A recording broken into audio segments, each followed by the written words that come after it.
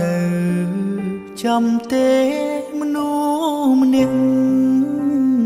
នេះរឿងរ៉ាវច្រើនណាស់លបសាងរួមគ្នាខ្ញុំចាំថាពាក្យចុងក្រោយគឺពាក្យមលាហើយយើងក៏បែកគ្នាត្រឹមនោះ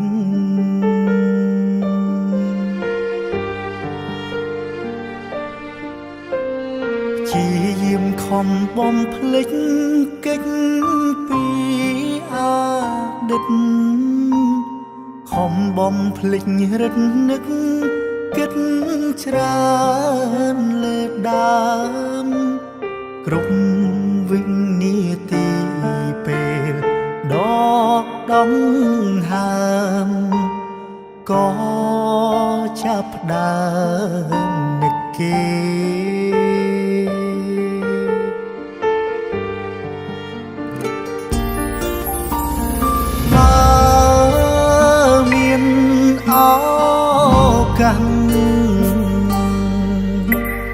ចង់អោបកាយគេ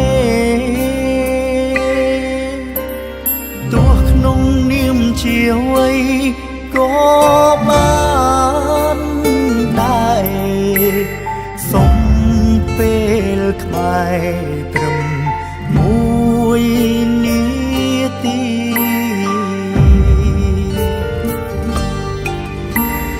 នឹកអូនខ្លាំងណាស់ដឹងតែពុំងារយប់ជ្រៅសន្សាមធ្លាក់ទឹកភ្នែកសោកានឹកពុំងារធ្លាប់ថ្នាំងធ្នមបី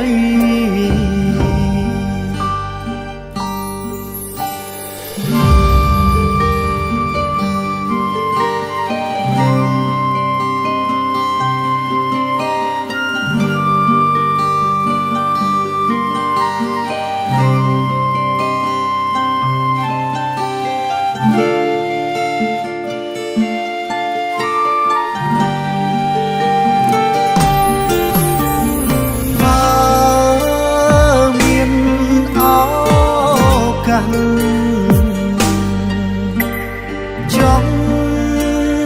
អោបកាយគេ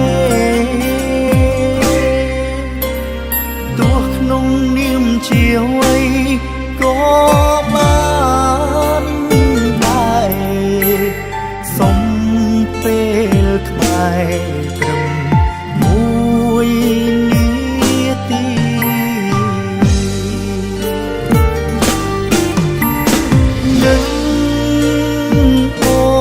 ខ្លាំង